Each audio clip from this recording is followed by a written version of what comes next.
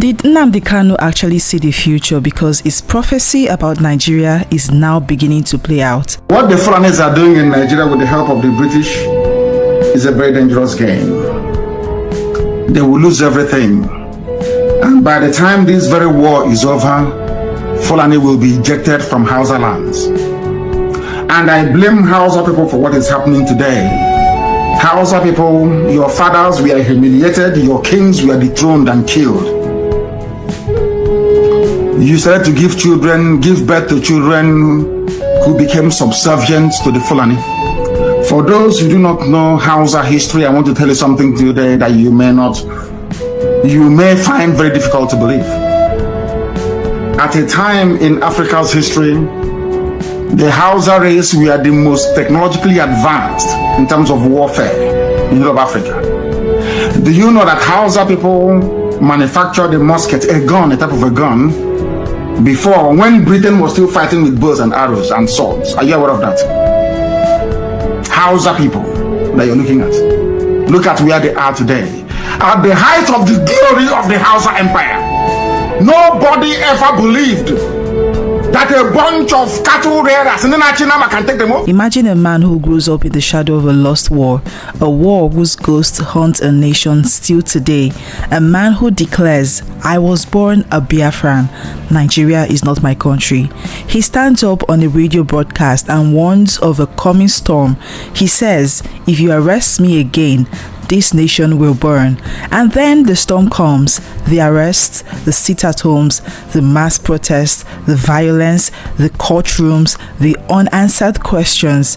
This is not just the story of one man, it's the story of a fractured country, of promises made and broken, of a voice demanding to be heard, and of a rebellion simmering beneath the surface.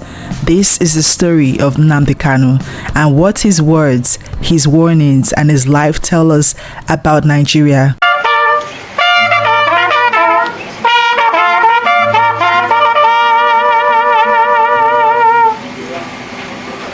At all times, slow march, left and right, slow march.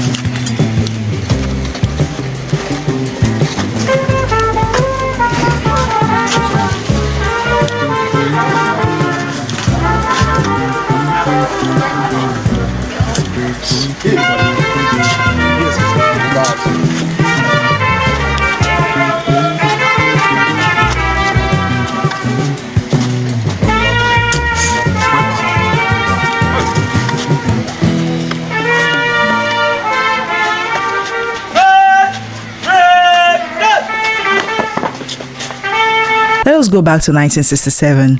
A young nation called the Republic of Biafra rises up, devastates, falls.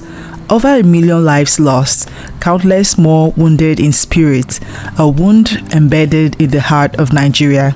Fast forward to 1967 again.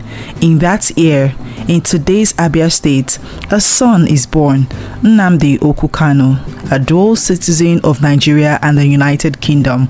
This young man grows into a figure who will challenge the very idea of Nigeria as a unified state. In the UK, he sets up a radio station, Radio Biafra, becomes a voice for the Biafran cause. He declares himself a Jew. He says he was born a Biafran, not Nigerian. His message is simple but radical. The Southeast is neglected, the Igbo people wronged, the federal state corrupt and failing, and if nothing changes, something will break. What we also take. Said to me, the Most High God in heaven. Only Him can determine my fate and not man. The powers that be in Abuja know that I am without fear before my enemies. I have no fear of any man, born of a woman. Wherever they fix my court case, I will go to it. They arrested me before Nigeria is about to break. They arrest me again, Nigeria will break into pieces. And they know that I am not as stupid as living there. You are what to Igbo in general? Servant. I serve my people, I serve them. I am a humble servant of the people. By the special grace of God in heaven. I'm not leading anybody. I did that duty that I serve the wider people and my God. At its heart, this is a story of identity, of a man and a people refusing to be invisible. A movement emerges, the Indigenous People of Biafra, Ipob, under Kanu's leadership, founded around 2012. But the seeds of confrontation were planted early, because the message was not only about history, but warning. If the state persists in neglect and violence, the people will respond. One of the recurring themes from Kanu's speeches: the state will fail you, the herdsmen will come, the violence will escalate, it will not stand by. These were not offhand comments, they were repeated warnings broadcast across the Southeast and the diaspora. He talked about Fulani terrorism from way back, about communities being attacked, about a government ignoring the warnings. His voice was amplified. Pro-Ipob outlets, social media, diaspora. Fulani can control you however they like. Once they announce it, Yoruba newspapers very foolishly and stupidly will support them because they want Tinubu as the president. And you are all dying every blessed day. You are all dying every day. Had you people risen up to say that what is happening in Nigeria is bad, there is no way that Fashoranti's daughter will not be alive today. That is the price you pay for duplicity. That is the price you pay for treachery. That is the price you will continue to pay until you rise up and say enough is enough. It is up to you to do it. You did it during NSAS. You can do it again. Can you imagine Fulani people telling you, if you remove Fulanis from Yoruba forest, imagine Fulani telling you, if you remove them from your ancestral lands, there will be war, and you are panicking. And you have not asked yourself, why are they not saying the same thing about the East? Why did they not say to Eastern Security Network? Why did they not say to me, if you don't stop evacuating Fulani terrorists from the forest, there will be war? Because they know, they understand psychologically that you don't have what it takes to resist them. Do you know why Borno State is still alive? Why you still have the Kanuri people in Borno today? Was because they resisted the Fulani centuries ago. You have to go back to history to understand how Nigeria came into existence. Fulani has been expanding from day one, from Senegambia. All the way from Senegambia, they've been expanding, and now they are in Okigwe. All the way from Senegambia, they are now in Okigwe. And you're asking us to somehow fold our hands and keep quiet because of 2023, because one idiot is going to come out to become a president. Because of that rubbish, because of that nonsensical notion, we should fold our hands and wait until we are overrun by the Janjaweed from the Sahel. Is that how reasonable people think? Is that how people that wish to survive as a race, is that how they reason? It is very, very shocking that some of you do not understand what the Fulanis have in store for you. Very, very soon it is going to happen, and when it happens, your eyes will clear, and about whom you will see it very clearly. I was warning you in 2014, 2015, 2016. They said he's a warmonger. He's a warmongering. I went to America and I told World Igbo Congress that this war you are avoiding is going to come to your villages. They said, no, it's not going to happen. What is happening today? When Yoruba was supporting the dead idiot called Buhari, did I not warn them that this evil you're supporting will consume you? They never listened. They never wanted to listen. Ipob is a terrorist group. You're trying to divide Nigeria. But Mietiala is not. People that you are calling bandits, have you heard anybody come out to say, please Buhari, since presidency is there defending terrorists in the forest, why don't you proscribe them? No, you cannot proscribe a Fulani group. Never. And all of you, we are supporting evil. When there is the proscribed IPOB, proscribed Indigenous People of Biafra. These are Yoruba journalists writing junk. Every day they keep writing rubbish. But their land is under siege. Their land is under siege. And the Fulani will take it. It doesn't take time.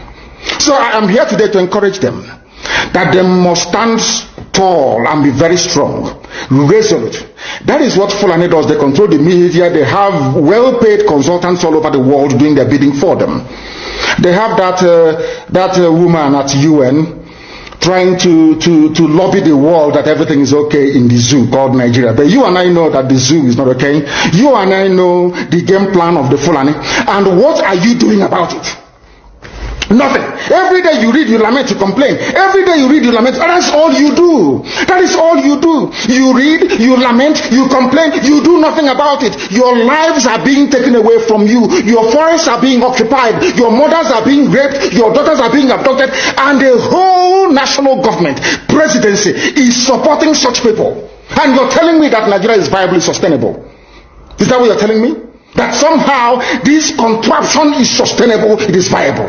It can never be. Because the more you stay in one Nigeria, the more you are inviting the Fulanis to take over your ancestral lands, take over your villages, and to make life a misery for you. That is the end game. That is the outcome. If you doubt me, go and do a bit of research. Ask yourself, who are the Hausa people? Who are the Nupe people? Who are the Bachama people? All of these people were steamrolled by the Fulani march to the Atlantic Ocean. And now they're in Yoruba land. They're in their forests. They are in their forests. And who is going to drive them away from there? If not the Yoruba youths. Forget about your useless governors. Your elders are very strong. I love Yoruba elders. The way they behave, the way they talk. Very, very strong. They said they support Akeredolu. This is the governor of Ondo State. They support him in what he's doing. People must come out to say that enough is enough. When you travel to the north, do you live in the forest in the north? The Ipob people in Sabongeri in Kanu. Are they living in of course it's Hausa land? Are they living in the forest? They came to the town. They work very hard. They build houses. They build mansions. They develop the entire place. Is that not what they do? What are Fulani people doing in our forest? Nobody can answer that question. They say that they're pastoralists. I want some of you who have had your breakfast this morning. Please go to your fridge or go to where you keep your beverages and you will see pig milk. Pig. Some of us were raised on pig milk. For how many years now? And you keep asking yourself, what is pig milk? Pig milk is mineral. The same milk that the cows produce in Holland can be produced in the zoo. Tell me the country in the world aspiring to be a member of the UN Security Council where you move cattle from place to place. Are you people well at all? You so-called Nigerians, are you normal in the brain? I'm asking you a simple question. Show me a country that aspires to be in the 21st century moving cattle from place to place. Tell me they're grazing. Which country is that? Please tell me. All of you don't have any shame. When you have people, an entire presidency coming out to defend a very primitive, archaic agricultural practice, then you know you embrace serious mess. You are in one almighty trouble, I'm telling you. People are in a mess. The Holland that you get your pig milk from, do they move cattle from Rotterdam to Amsterdam? I'm asking you a simple question. But they produce the pig milk that you're drinking every blessed day. Why can't Fulani produce pig milk in Sokoto? Why can't they produce carnation milk in Kanu? They have the cattle. Before the white man came, did you see any Fulani in your forest? All these people talking rubbish about movement of cattle and movement of... I'm asking you, before Britain came and handed over Nigeria to Fulani, ask your grandfathers, please, or your grandmothers. Ask them. All this nonsense we are hearing today in this so-called one, I want to tell you the dangers of one Nigeria. All this nonsense you're hearing today about one Nigeria, Fulani in our forest, Fulani in our village. Before the white man came, did you see Fulani moving their cattle all over the place? Did we not have meat to eat? They will answer these questions for you. Because sometimes in Africa we don't reason very well. The way we reason is disjointed. It is disjointed. I can't understand for the life of me why, instead of them to waste all that money arming and equipping this Janjaweed army Mihetiala to come and conquer you and I, why don't they open a milk factory somewhere in the north and bring the milk down south? I'm sure Southerners will buy it. After all, pig milk comes all the way from Holland. Pig milk all the way from Holland. Now you understand it. Because of the way you people reason. Why can't you produce? Is it difficult to produce milk? The same milk that comes out naturally from the udder of the cow. Why can't you can it somewhere, pasteurize it, and send it to people to eat, to drink, or to do whatever with? All over the world, that is what is happening. In fact, they produce so much milk in Europe that they pour it away. Why can't you do the same thing? A whole president claiming they are in the 21st century are supporting a very primitive practice of moving cattle from place to... All of you, you're not ashamed of yourselves. You have no shame. As somebody will say, your shame is shaming me. I'm telling you, you people from the zoo, I'm ashamed of your ignorance and stupidity. You people are hopeless, completely hopeless. One day now, one idiot to come and say, we are intellectuals. And you're moving cattle from Kafanchan to Ahoda. You are intellectuals. You are intellectualizing. You are in the 21st century. You are moving cattle, driving cattle, Nama, from over 300 miles. Claiming Yoruba forest is a place for you to be in. You want to relax. Yoruba forest is every Nigerian is free to live anywhere and do their business anywhere. Yes. But when an Igbo man tries to sell beer in Kanu, you destroy it. You destroy their businesses, you destroy their hotels, but you can come down to the south and live anywhere you like and graze anywhere you like. And you're telling me that is a country, that is one Nigeria for you? The Fulanis we are talking, they call them the Funa movement. Our attention has been drawn to a decree credited to one Rotimi Akeredolu, asking Fulani people who have occupied some forests in Ondo State to quit. We are also aware of another incident in Oyo State where an illiterate political talk gave quit notice to Fulani people to leave their territories, which are now their irreversible homes. Are you listening? Fulani are now saying that Yoruba forest is now their irreversible homes. They have now occupied Yoruba land in perpetuity. And I want to let my Yoruba friends understand this. You see, in life, anytime you support evil, evil will come back to haunt you. All of you never knew that Ipob and this Biafra movement was for your liberation. Some of you saw maybe the oil and gas from Biafra land. If they go now, we'll have access to oil and gas. In the process of having your eyes fixated on oil and gas, your forest is gone. Do you understand it? There is nothing more precious in life than freedom. Freedom is very important. And I need you to understand this very morning. Every Yoruba person supporting Fulani, you are setting up yourself to become like the Hausa people. Remember when Hausa was supporting Fulani? We are Hausa Fulani, we are Hausa Fulani. Where are the Hausa people today? I ask you. Where are those Hausa people today? Do you see them anymore? They're saying we are Hausa Fulani, we are Hausa Fulani. Do you see them again today? Do you see them? I'm asking you. No, because Fulani have completely overwhelmed them. It's called emasculation. Completely emasculated them. Look at what they're doing in the East. In the East, they come to the East, they will tell you, oh, you want to be the president or vice? Yeah. They say, give us land for Ruga. They give them land. As soldiers of Kadu did that Lord Banta. They have taken it over in forever and ever. Give us land in your state. Most of them have proved to us that that you are stood, give us land in Olu. God will give them land in Olu. We can go and kill people in Obibo. We can kill for them. How many Fulani governors are prepared to kill bandits? I didn't say normal people. I'm talking about armed, dangerous bandits. How many Fulani governors? Go and read your newspapers, you will see it there. Fulani governors are negotiating with them, giving them arms, giving them vehicles, making sure that their life is no longer a misery. But if they come down to the south, they tell you, give us land for Ruga. Go and kill your people to prove to us that you're one Nigerian. That was why Obi also was talking rubbish. Was talking yesterday or 2 days ago. Supported by the BBC. The problem you people have in Nigeria is this. Your journalists, you see people, Punch newspaper, Tribune, Vanguard, and Nation, they are your second worst enemies. I'm telling you the truth. They can never ever be objective in their reportage. Never ever ever. That's why all of you are suffering. But you don't know it. They were the same people used to scuttle the NSAS protest. Of course, some of you went about looking for Indomie in warehouses. Typical black people. Any revolution that is coming now, you must stand very firm. They'll say, oh, you're Igbo. Oh, you're Yoruba. Oh, you're from Urobo. Don't join them. It's our turn in 2023. If you do this, you will scuttle our chances of becoming the president. Then, what if I told you that some of those warnings began coming true? From roughly 2016 onwards, Nigeria saw a marked rise in farmer-herder conflict, many attributed to Fulani herdsmen or militants in the Middle Belt and other regions. Reports by major NGOs began documenting the deaths, the attacks, the displacement. Kanu had been saying, the violence is coming, the state is failing to protect you, and the state, it's moved. But often too late.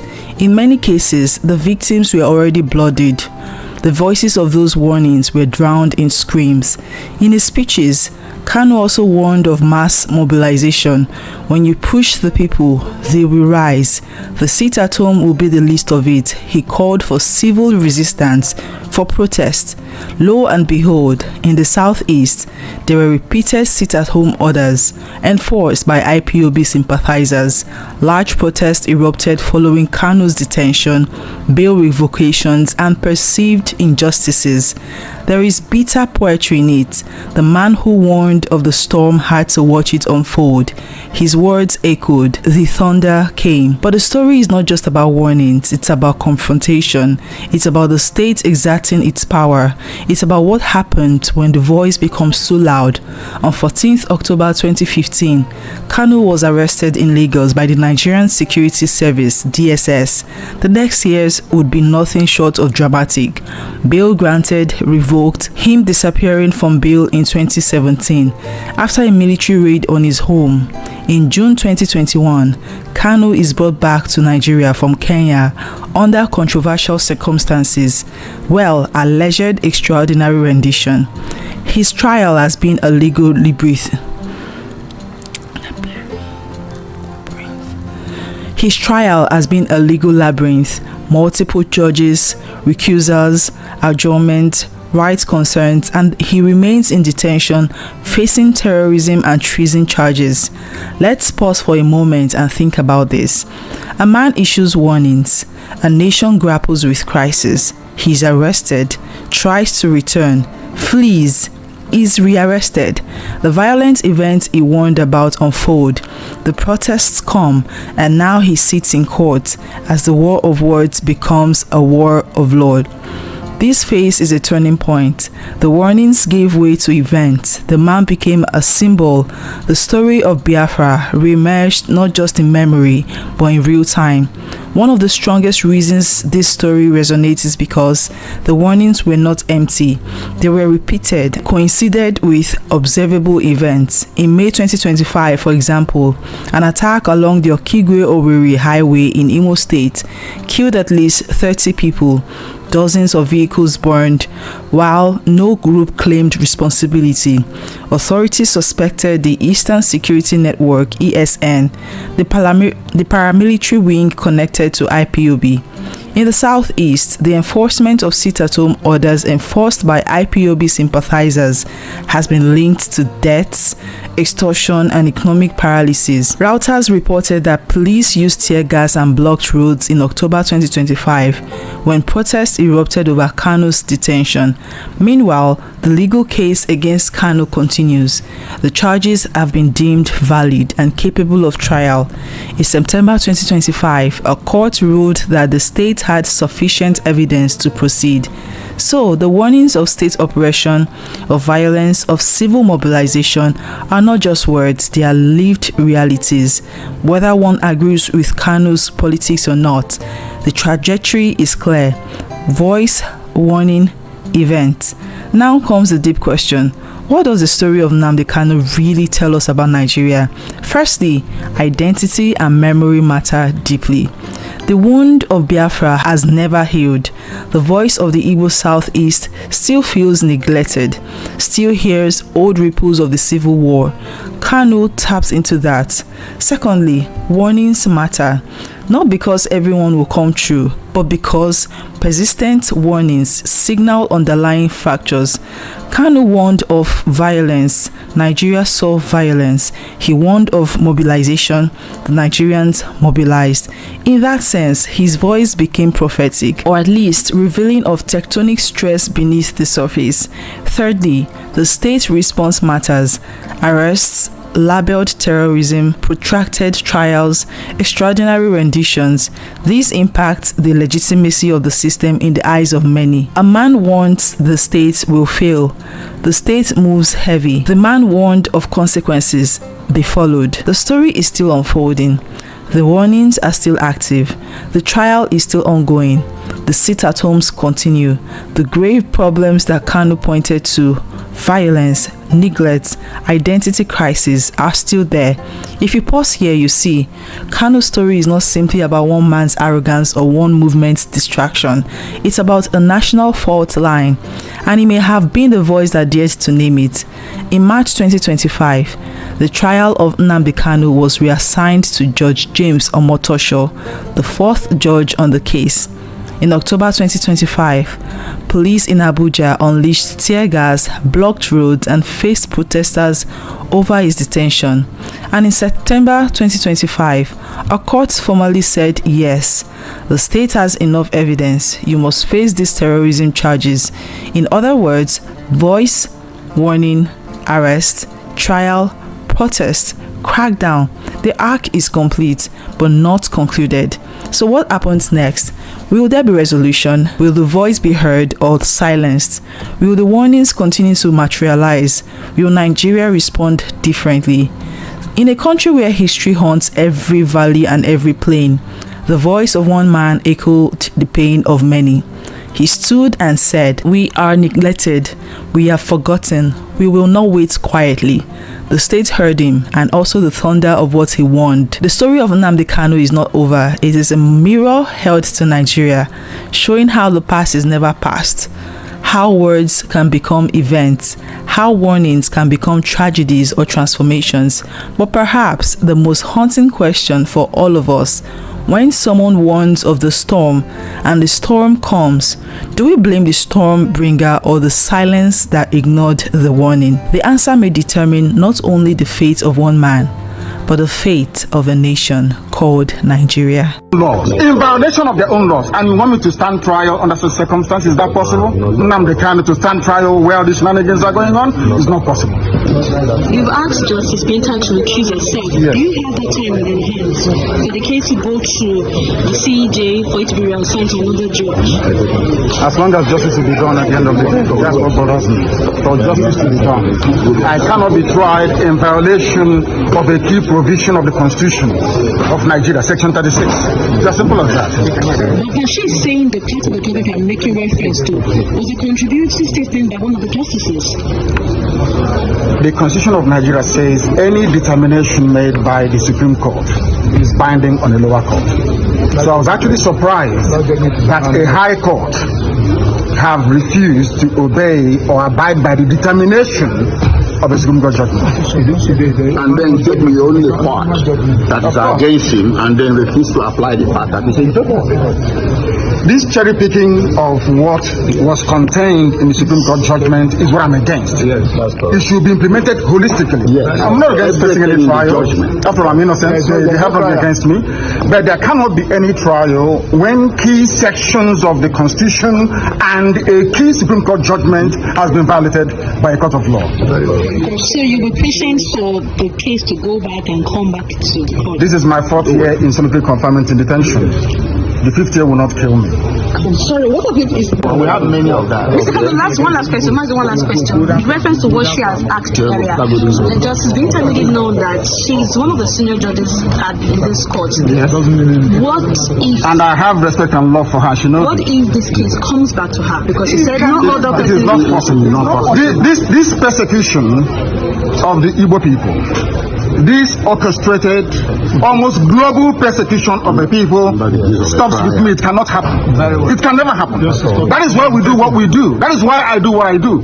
I am campaigning for the freedom of my people because of the persecution that we are facing. It's as simple as that. Nothing more, nothing less. Yes. Thank you very much. Mr. Kanu, one last question. In reference to what she has asked earlier, Justice Binta made it known that she's one of the senior judges in this court.